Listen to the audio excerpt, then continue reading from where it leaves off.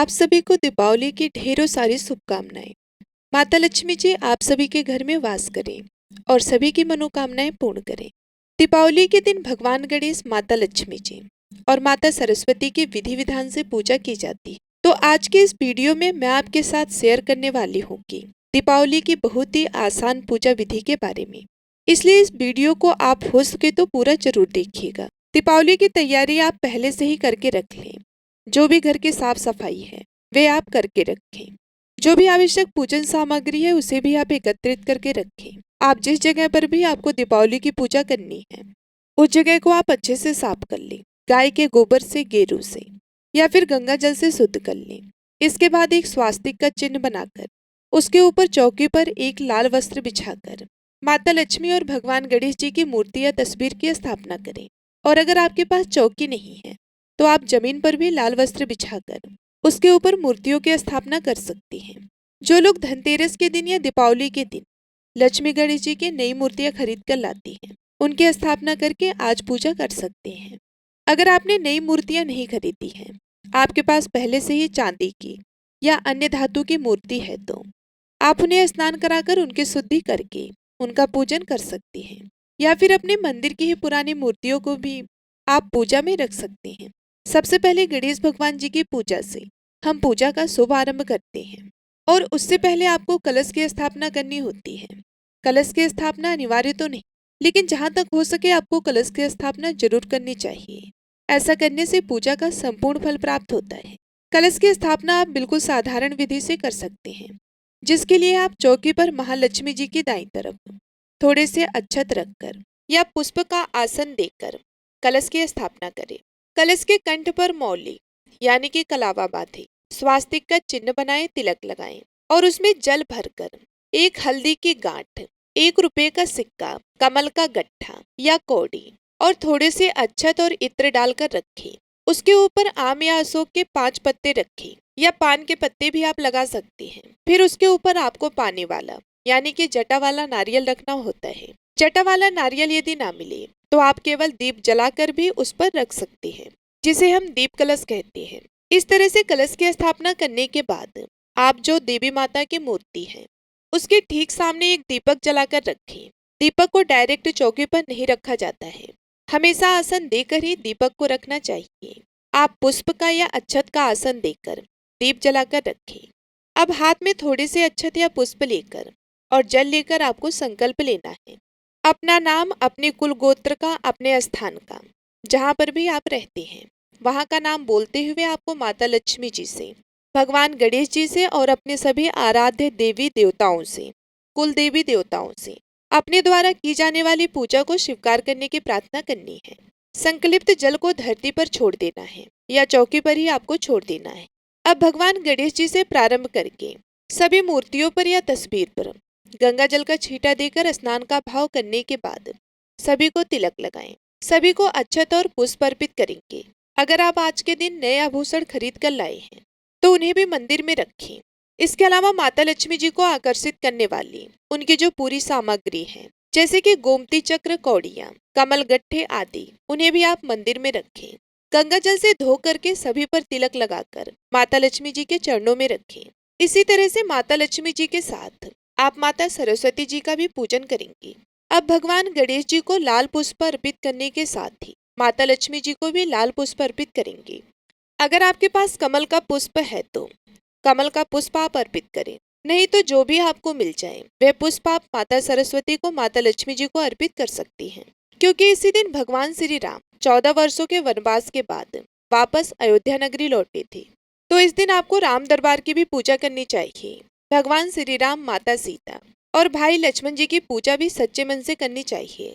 अगर आपके पास मूर्ति है, तस्वीर है तो उनकी भी पूजा करें, नहीं तो आप मन में भी श्री राम दरबार का भाव करके उनका मानसिक रूप से पूजन कर सकते हैं। बस दीप जलाकर मंदिर में कुछ दक्षिणा जरूर चढ़ाएं। जो लोग धनतेरस के दिन झाड़ू की पूजा नहीं कर पाए हों, नई झाड़ू की पूजा इस दिन की जाती है।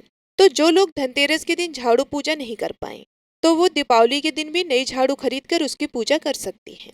और यदि आप दीपावली की रात को धन पोटली बनाना चाहते हो तो धन पोटली बनाने की जो सामग्री है, जिसमें आपको लाल रंग की एक पोटली भी रखनी होती है, नहीं तो लाल रंग के रुमाल में भी आप पोटली बांध कर रख सकते हैं। तो उसे भी आप पहले से ही तैयार करके रख लें। जितने भी दीपक आपको जलाने हैं उन सभी में तेल और रुई की बाती लगाकर तैयार कर लें। पूजा करते समय आपने जो दीपक सबसे पहले जलाकर रखा है उसे आपको बार बार नहीं हटाना है, इसलिए अलग से एक दिया और आपको आरती करने के लिए जलाकर रखना है, या फिर आप उस समय कपूर जलाकर भी आरती कर सकती हैं। आज के दिन माता लक्ष्मी जी को सतनचा यानी कि 7 तरह के अनाज अर्पित करने से बहुत ही शुभ फल प्राप्त होते हैं। जीवन में कभी भी अन्न धन की कमी नहीं होती। तो 7 तरह के अनाज जो भी आपको मिल जाए, जिसमें आप मंसूर की दाल का प्रयोग ना करें। मंसूर की दाल को छोड़कर आप दालें या अनाज जो भी होते हैं वे 7 तरह के आप रख सकते हैं। नहीं तो जितने भी आपको मिल जाए उतने भी आप माता लक्ष्मी जी को अर्पित कर सकती हैं। कुबेर देवता का पूजन भी इस दिन आप चाहे तो कर सकती हैं, क्योंकि कुबेर देवता धन का भंडार भरने वाले देव माने जाते हैं। जिस तरह से धनतेरस के दिन आपने कुबेर देवता का पूजन किया है, ठीक उसी तरह से आज के दिन भी आपको करना है। जो भी भोग भगवान को आपके यहाँ पर माता लक्ष्मी जी को या दीपावली की पूजा में लगाया जाता है उसे आप तैयार करके रखें।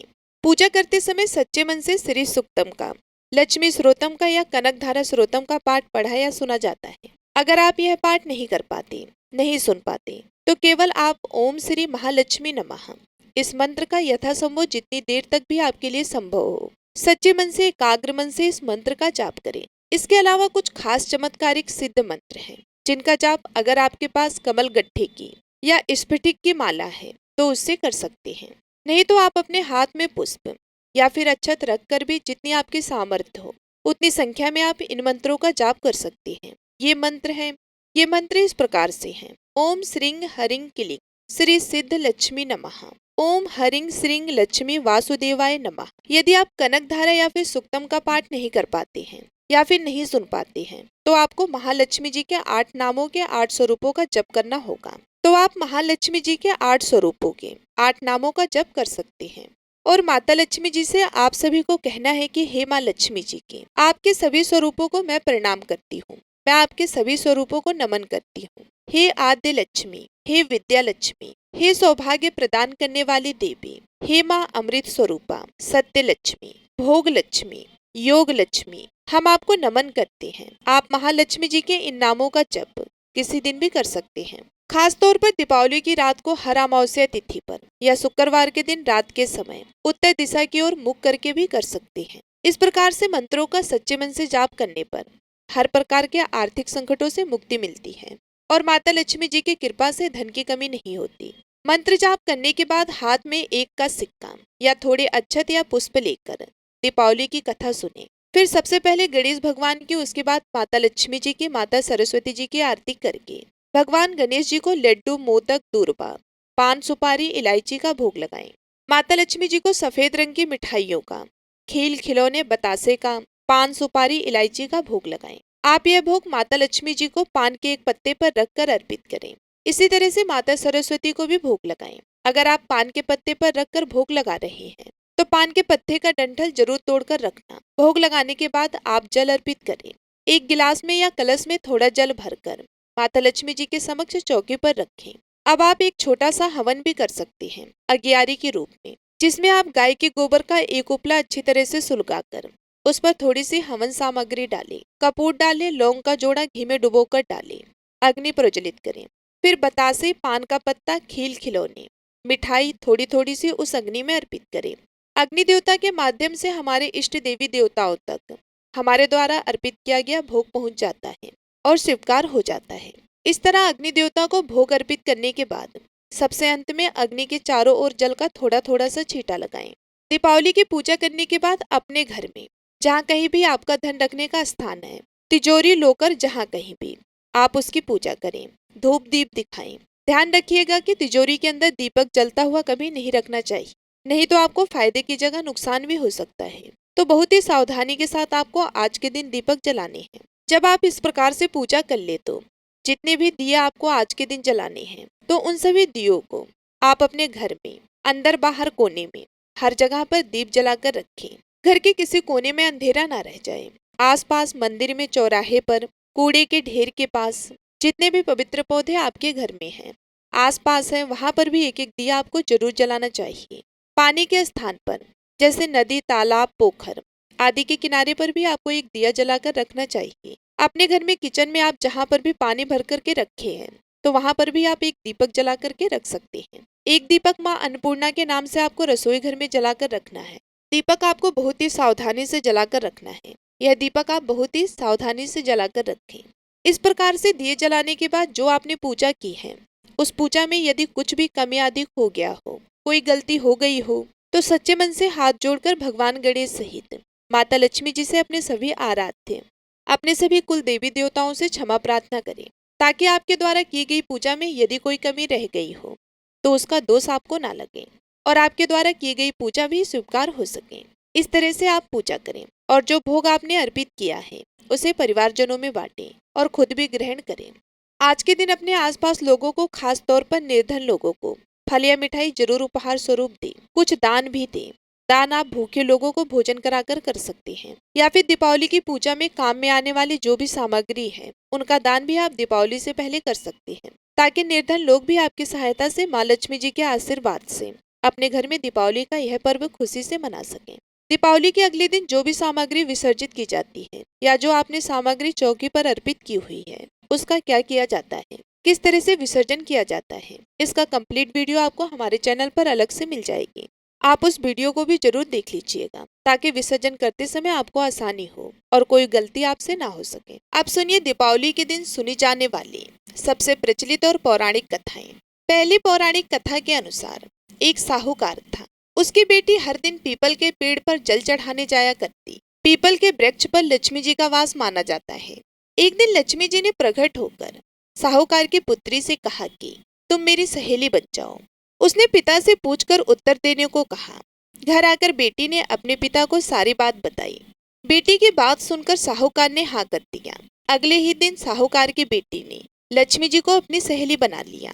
अब दोनों में अच्छी दोस्ती हो गई और सखियों की तरह वे एक दूसरे से बातें करती।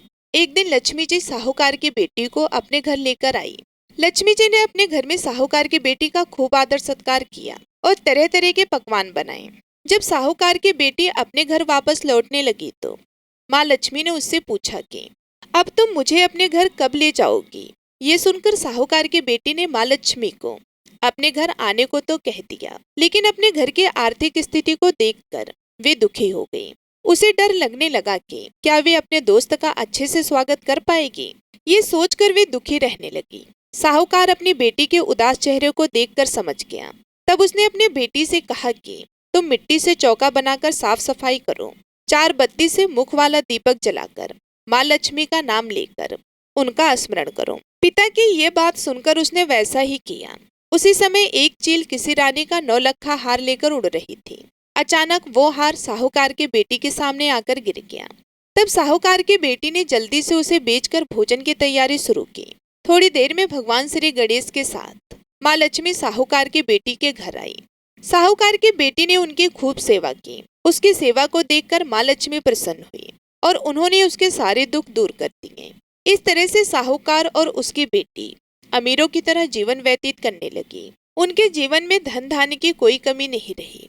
उनकी जैसे सामर्थ्य थी उसके अनुसार उन्होंने पकवान बनाकर उन्हें परोसे।